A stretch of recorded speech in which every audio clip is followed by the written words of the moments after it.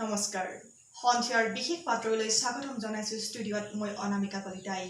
এতিয়া আছো আজিৰ শীৰ্ষ সংবাদ দীপাৱলীৰ বিশেষলৈ হয় দীপাৱলী প্ৰায় সমাগত ৰাজ্যৰ ভিন্ন প্ৰান্তে প্ৰান্তে দীপাৱলীক আদৰিবলৈ প্ৰতিজন ব্যক্তি প্ৰতিঘৰ পৰিয়াল প্ৰায় সাজু হৈ উঠিছে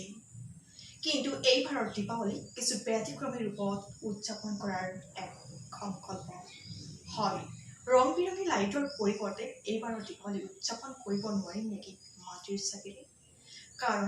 মাটিৰ চাকিৰে উদযাপন কৰি দীপাৱলী মৃত শিল্পীসকলক কিছু উৎসাহ আৰু অনুপ্ৰেৰণা যোগাব পাৰি আৰু মাটিৰ চাকিৰে আপোনাৰ মোৰ পৰিৱেশ পোহৰাই তুলিব নীতি চলিবলৈ দিয়া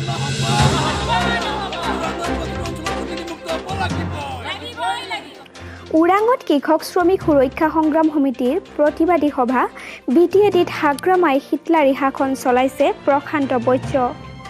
ওদালগুৰি জিলাৰ ওৰাঙৰ বগৰীবাৰীত আজি কৃষক শ্ৰমিক সুৰক্ষা সংগ্ৰাম সমিতিৰ উদ্যোগত এখন প্ৰতিবাদী ৰাজহুৱা সভা অনুষ্ঠিত হয়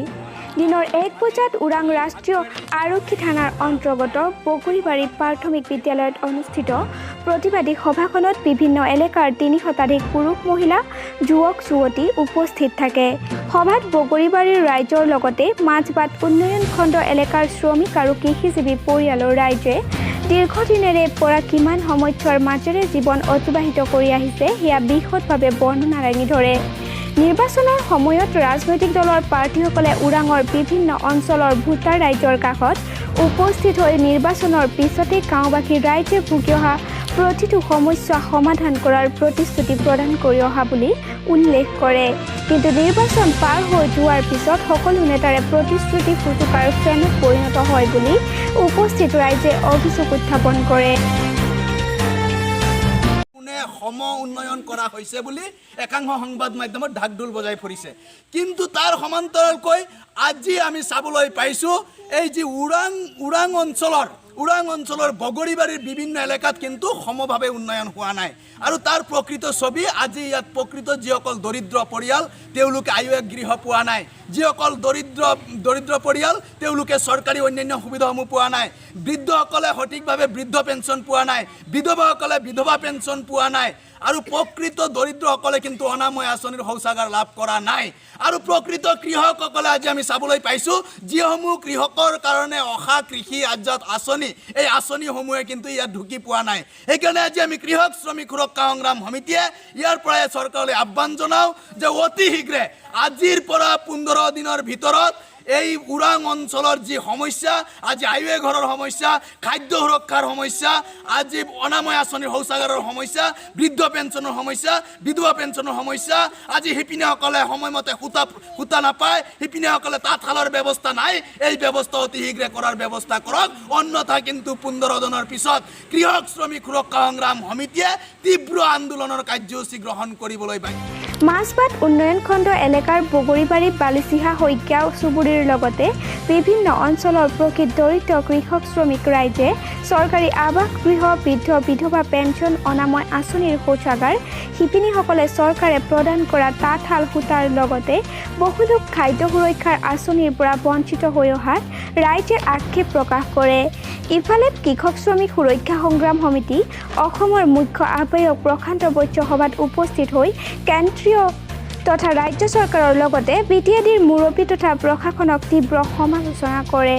কৃষক শ্ৰমিক নেতা প্ৰশান্ত বৈশ্যই ভাষণ প্ৰসংগত কয় বিগত কংগ্ৰেছ দলৰ নীতিকে বৰ্তমানৰ মিত্ৰজোঁটৰ চৰকাৰখনে অনুসৰণ কৰি আহিছে আৰু বিটিএডি ভাষক পক্ষই সংবাদ মাধ্যমত মিছা উন্নয়নৰ ঢাক ঢোল বজাই ফুৰিছে মাছবাট উন্নয়ন খণ্ড এলেকাৰ ৰাইজে নানান সমস্যাৰ মাজেৰে দিন অতিবাহিত কৰিব লগা হোৱাটো অতি দুৰ্ভাগ্যজনক বুলি কৃষক শ্ৰমিক নেতা বৈশ্যই কয় ইপিনে আজিৰ সভাতে মুখ্য আহ্বায়ক প্ৰশান্ত বৈশ্যৰ লগতে সংগঠনটোৰ কেন্দ্ৰীয় কাৰ্য সম্পাদক জাহিদ আলী আৰু যুটীয় সম্পাদক ধনকান্ত সতনামীৰ উপস্থিতিত কৃষক শ্ৰমিক সুৰক্ষা সংগ্ৰাম সমিতিৰ ওৰাং আঞ্চলিক সমিতিখন গঠন কৰা হয় সভাত সৰ্বসন্মতি মৰ্মে পদ্মধৰ ডেকা সভাপতি দীপ্তি শৰ্মা, ৰেখা কলিতা কাৰ্যকৰী সভানেত্ৰী, অনিমা মাহাতো, বীণা হিল, ফুলন বৰ্মনক উপসভানেত্ৰী, মীনা ডেকা আৰু কল্পনা ডেকাক যুটীয়া সম্পাদিকা, ৰুণুমী ডেকা, টুটুমণি ডেকা, সুমা শৰ্মা সহকাৰী সম্পাদিকা, বল বাহাদুৰ চেত্ৰী আৰু ৰূপক ডেকাক সাংগঠনিক সম্পাদক হিচাপে লৈ 51জনীয়া কাৰ্যনিৰ্বাহকৰে সমিতি গঠন কৰে। নৱগঠিত সমিতিখনে ৰাইজৰ প্ৰতিটো সমস্যা সমাধানৰ হকে কাম কৰি যাবলৈ মুখ্য আহ্বায়ক প্ৰশান্ত বৈদ্যই আহ্বান জনোৱাৰ লগতে ৰাইজৰ উপস্থিতিত সমিতিখনৰ সদস্যসকলৰ শপত বাক্য পাঠ কৰোৱাৰ লগতে চৰকাৰৰ বিৰুদ্ধে বিভিন্ন শ্লোগান দিয়ে। আজিৰ সভাতে অহা 7 নৱেম্বৰ তাৰিখে ৰাইজৰ দীৰ্ঘদিনীয়া সমস্যা সমাধানৰ দাবীত মাছবাট উন্নয়ন খণ্ডৰ কাৰ্যালয় ঘেৰাও কৰাৰ সিদ্ধান্ত গ্ৰহণ কৰে। 7 নৱেম্বৰত গ্ৰহণ কৰা প্ৰতিবাদী কাৰ্যসূচীত সকলোকে অংশগ্ৰহণ কৰিবলৈ কৃষক শ্ৰমিক নেতাই প্ৰশান্ত বৈদ্যই আহ্বান জনাইছে। শপত গ্ৰহণ কৰিলো।